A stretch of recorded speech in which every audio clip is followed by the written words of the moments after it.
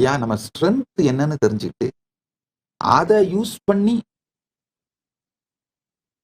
நாம வாழ்க்கையில ஜெயிக்கணுங்கய்யா. நல்லா புரிஞ்சுக்கோங்க.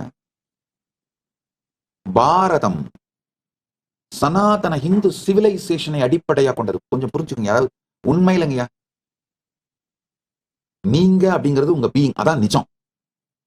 நீங்க சொசைட்டில உங்களை காட்டிக்கிறீங்களே, உங்க பிராண்டு சோசியல் மீடியால போட்டுக்கிறீங்களே, அது நீங்க உங்களை பத்தி பில்ட் பண்ணிக்கிற பிராண்டு. பிராண்டுக்கும் நிஜத்துக்கும் பல நேரத்துல சம்பந்தமே இல்லைன்றது உங்களுக்கு தெரியும். பிராண்டுக்காக சில நேரத்துல நிஜத்தை அழிக்கிறீங்க அப்படிங்கிறது உங்களுக்கு தெரியும். அதே மாதிரி தாங்க, கொஞ்சம் நல்லா புரிஞ்சுக்கோங்க. சனாதன ஹிந்து சிவிலைசேஷன் தான் இந்தியாவோட நிஜம். ரியாலிட்டி என்னன்னா, பாரதத்தோட ரியாலிட்டி சனாதன ஹிந்து சிவிலைசேஷன்.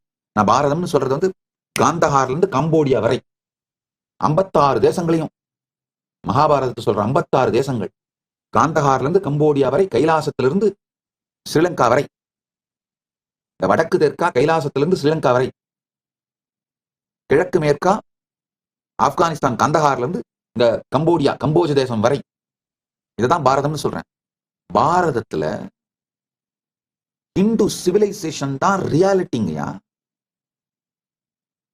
இந்தியா, பாகிஸ்தான், பங்களாதேஷ் இதெல்லாம் வந்து பொலிட்டிக்கல் பிராண்டு. இந்த நாடுகள்லாம் பொலிட்டிக்கல் பிராண்டு. அது இப்ப 1947 உருவாச்சு.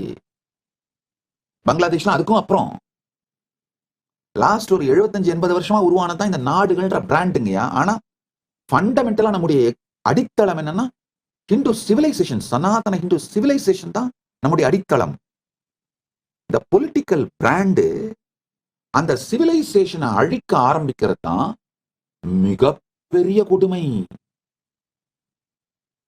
நீங்க எதை உங்களுடைய பிராண்டா பில்டு பண்றீங்களோ சொசைட்டில காட்டுறதுக்கு, அந்த பிராண்டு உங்களுடைய ரியல் பர்சனாலிட்டி அழிக்க ஆரம்பிச்சதுன்னா அதான் நரகம். குல தாழ்ச்சி உயர்ச்சி சொல்லல் பாவம், அதை நான் ஒத்துக்கிறேன். நல்லா புரிஞ்சுக்கோங்க. சாதிகள் இல்லைங்கிறது உண்மை கிடையாது. உண்மையில நாம நம்முடைய ஜாதியோட ஸ்ட்ரென்த் என்னன்னு புரிஞ்சு அதை ஸ்ட்ரென்தன் பண்ணி அது மூலமா ஜெயிக்கணுங்க. அப்படி ஜெயிச்சா மட்டும்தான் இந்தியா விஸ்வகுருவா மாற முடியும்.